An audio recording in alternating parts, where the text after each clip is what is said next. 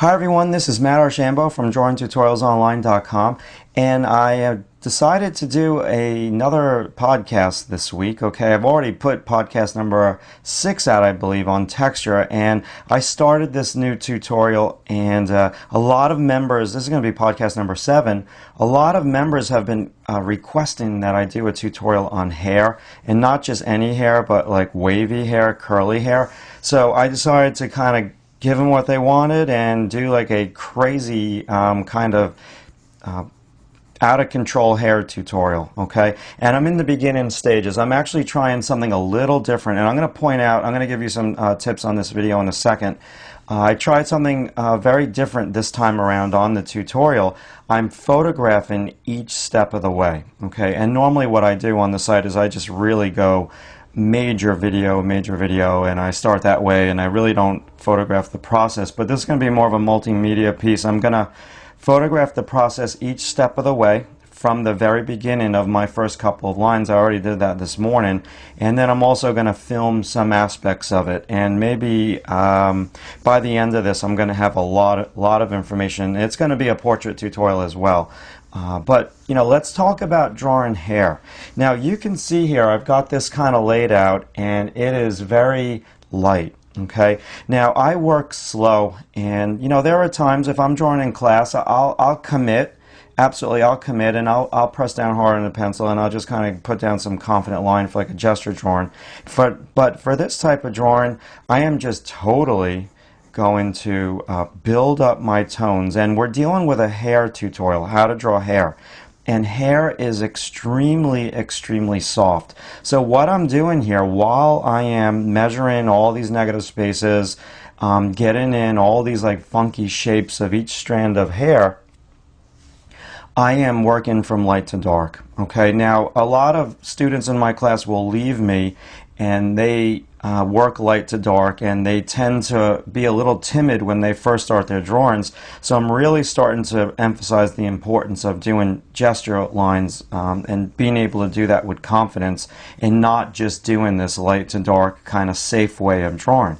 So that's number one with hair. When you are drawing hair like this, you've got to have it extremely soft edged, no hard edges at all. And so by working with this Col-Erase pencil on Bristol smooth paper, you're able to do that. Okay, so now that's what I do first. And the big thing that I also teach when drawing hair is it's extremely important to get shape of hair, shape of face down. I'm just going to put this little piece of paper a little bit closer so I don't smudge this too much.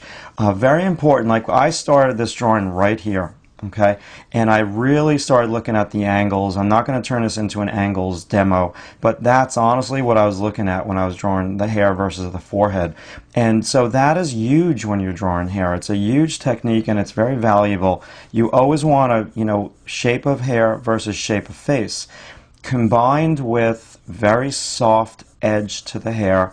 You know, sometimes where the hair meets the forehead over here, if someone has like black hair, it looks pretty sharp, and you can leave it sharp in a little section, but a little section is all. Like, the rest of the hair where it meets the face is going to be extremely soft. Okay, and if you look over here, I'm in the beginning stages. This is really dark over here. This is the shadow part of the hair.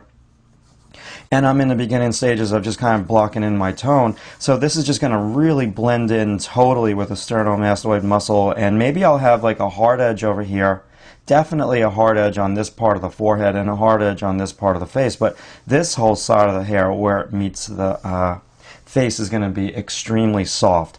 Now, we've spoken about very soft edges, we've spoken about shape of hair, shape of face, and I'm building it up slowly. You should block the tone in very quickly early on in the drawing. So now what I also want you to look for when you're drawing this type of drawing, this is tedious. There's no doubt about it that it is extremely tedious, but what am I looking for? Old school. Like, I use the same techniques over and over again. I am looking at negative space. So this negative space, I'm looking at that, and I have a photo right up in front of me of this female, and for the members of DrawingTutorialsOnline.com, they are going to get a PDF And I'm going to include all these photos that I took of the drawing step by step. And of course, underneath and above the video, I am going to have this photo of this woman who's quite beautiful. And so using these negative spaces is huge. So here's a negative space, okay? And at the same time, I'm pulling a line straight across from where this piece of hair touches her face. And I'm pulling it across, and I'm like, all right, well, where are her lips now in comparison to where that is? And you know, right away I see like a little mistake, so maybe this needs to be lowered, this needs to be lowered, so I adjust that. So I'm using measuring, and I'm using this negative space, okay, and so I can come back in. This is what I say, why I say it's really tedious, is because, you know, now I look at that negative space, and now I would look at this little negative space. Now, again, you don't have to do this, but if you're doing a job for a client and they want you to get the likeness, and they went to the photo shoot with you and they photographed the model and they want it to look exactly like that one particular photo, this is a skill that you must have. And if you're even a portrait painter and you're trying to get a likeness of somebody, looking at these little negative spaces in between the hair is really important. And I really started mapping them out even on this side. You know, I've got this like little negative space, and I'm working so light that if it's a mistake, hey, no problem. I can always just kind of, you know, blend it into the background. I have negative space over here, lots of negative spaces over here, and this does take focus and concentration, okay? Now, the other thing that you want to take into consideration when you're drawing hair, like this over here is all fine and dandy. I mean, this is going to be very solid over here. You don't want to have strands of hair everywhere. You've got to have an area of the drawing with hair like this that is extremely chaotic. You got to have an area of the drawing that is blank, empty, void of detail.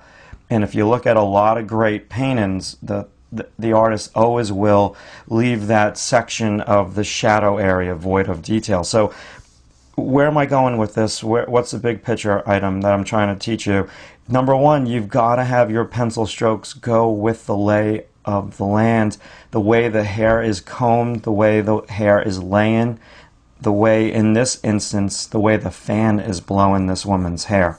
Okay, and that's a great little trick to do as well. If you are photographing a model for an illustration job, put a little fan on their hair and you know, blow their hair a little bit. It'll just kind of give it a little bit more life. It'll take the stiffness out of it. It won't just be so flat. So that's the other thing. You want to have, when you're drawing these like shapes, you've got to be conscious of, you know, the direction that you draw this hair in. And I'm going with the way that the hair is laying on the body. Now, there's a lot of other things that I can talk about with hair, and there's just not enough time for me to do it on this podcast. But I think if you incorporate the negative space, if you understand that really big detail that you've got to have the edge of your hair extremely soft, if you draw your pencil strokes with the way the hair is going, and all these things, if you just incorporate those three things, wow, what a difference you will get away from helmet head. Okay, shape of hair, shape of face is just another very simple technique. I know I've repeated that a lot, and it's just something that works. You know, you don't want to know 5 million techniques. You know, you do anything. You play football, you play basketball, it comes to math, it comes to, you know, being a woodworker. There's usually a dozen things that you have to master, not 14 million. So when you're drawing hair, there's really like 6 things that you've got to master. And you don't need to master 1 million, and you just need to keep getting better at those 6 things, okay? So basically what I'm doing here, we're coming up on like 10 minutes. I would love to hear from you, okay? What would you like to see in a DVD? I've got, you know, DVDs on how to draw portraits, figure drawing, how to draw the hand and foot. I've got one on painting, you know, one on a finished illustration. I've got one on how to draw fabric. Would you like to see a portrait, another portrait DVD, an advanced portrait DVD? Would you like to see a DVD that teaches you composition? How about a DVD on memory drawing? What are you interested in? I would love to hear from you. You know, just go to drawingtutorialsonline.com, go to the top bar, right underneath the banner and click on contact. Email me. That would be really helpful. I'm not looking for a book. I know that you have a life and you got a lot of things going on, but I would love to hear some feedback from you, because the next DVD that I'm really considering doing is I'm considering doing a DVD that teaches you how to do memory drawing from A to Z, and it's going to be like just a plain Jane 2-hour DVD. None of this 4-disc stuff. I mean, I think that the cast drawing DVD was a pretty good success, and now I play that video in my classroom while my students are drawing, and I teach that whole first disc is like such a good disc to teach people how to do tone and how to start off doing a realistic thing. But what do you want to learn? Again, I'm leaning towards a memory drawing DVD, just a 1 DVD, 2 hours, maybe with some extra PDFs that go with it. That would be really, really helpful. Okay, so I appreciate you watching. I'm going to be continuing with this. I've got a few tutorials rotating on the site. I mean, I'm still in the middle, really in the beginning stages of project illustration. I'm squeezing in some anatomy tutorials. I'm squeezing in this hair tutorial because it is a request that a lot of people have asked me to do a very busy hair tutorial. And also a new thing that I've started for members, it's going to be live on Monday, is I'm going to be doing a half-an-hour live show, and it's going to be an all request. I like to say all request hour, but I don't know who's going to be on there, so I don't want to go say an hour. I could have 5 people, but I'll stay on live for an hour and I will draw what you request. Okay, it's really, really neat. I mean, I'll have some Ustream shows that Ustream.com where it's going to be public, but the bulk of them are going to be for members of the site.